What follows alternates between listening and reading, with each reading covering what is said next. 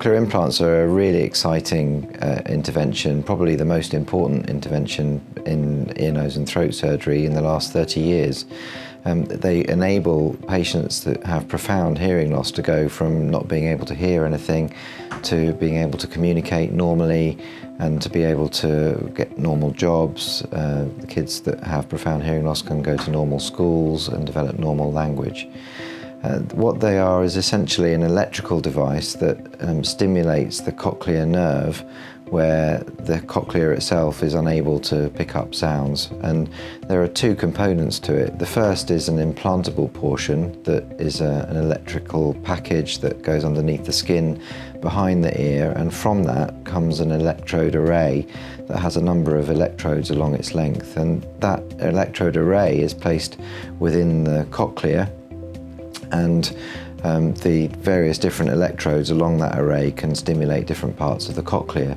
So the picture I've got behind me shows you a typical example of the implantable portion of a cochlear implant.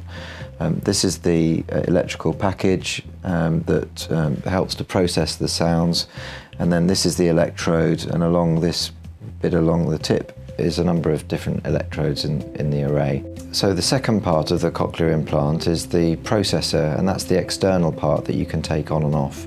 Now the slide here demonstrates a typical example of a processor, which basically looks like a big hearing aid.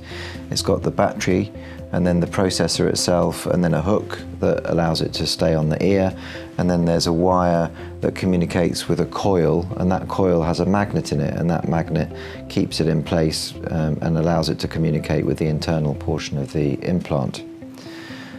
The implant itself basically picks up sounds through the processor.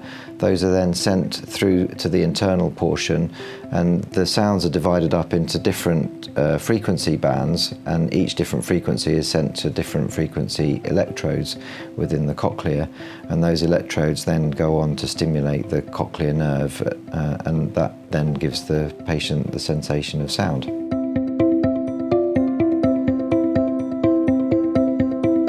The sound that you get from a cochlear implant is slightly different to natural sound. Certainly at the beginning it sounds quite electronic, and some people describe it as sounding a little bit like Mickey Mouse, but as time goes by, perhaps over the first 3 months of use, the cochlear implant starts to sound much more natural. And particularly in children that are implanted at a very young age, the hearing it sounds almost like normal hearing for day-to-day sounds like speech and environmental sounds. Where it has slight limitations is with music, because music is much more complicated and the electronics within the processor of the implant isn't capable of processing the complexity of music. So often people say that the quality of music isn't very good through a cochlear implant.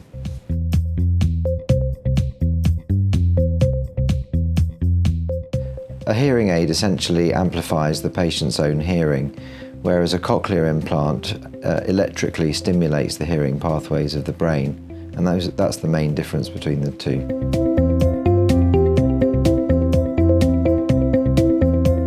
So there are two main groups of patients that get cochlear implants. There's children that are born with profound deafness, and then there are adults that have developed speech and had normal hearing and then developed deafness later on in life. And those two groups are quite different. With the children who are born with profound deafness, it's really important that they're implanted before the age of about 4 or 5, because if they don't get auditory stimulation, then the brain isn't able to use sounds that it receives if they're implanted beyond the age of 4 or 5. In the adults that are implanted after they've achieved speech or developed normal speech, then they can be implanted at any age, essentially, even 10 or 20 years after the development of the profound deafness.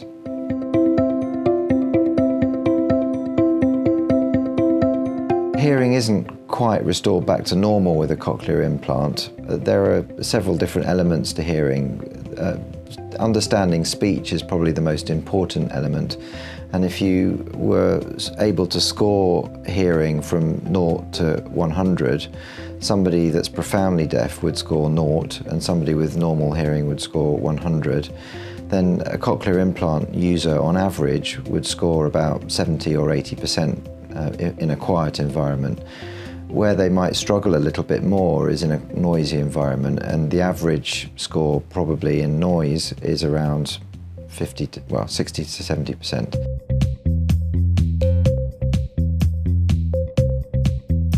The other element of hearing is the ability to hear where sounds are coming from. And you can achieve that with cochlear implants if you have 2 implants, 1 in each ear. If you only implant 1 ear, then you won't have that ability to identify where sounds are coming from. In the UK, in adults, we're only able to implant 1 ear. But in children, we're able to implant both ears. So for children, they should be able to develop normal ability to identify where sounds are coming from. So the main advantage of a cochlear implant is that you go from not being able to hear anything to being able to hear fairly normally and function in everyday life. So you can work normally, enjoy social activities normally. Where they're slightly compromised is with music appreciation, and there are obviously some inconveniences to having had a cochlear implant. So you have to wear the external processor in order to get the benefit from the implant, and that has some connotations from a cosmetic perspective.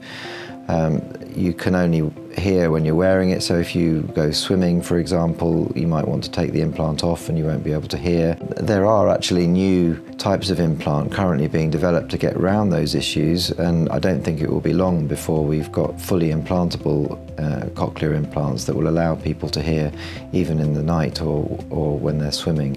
And there are also other developments, so most of the cochlear implant companies now have waterproof covers for the external processors, so actually you can swim with the device if you want to.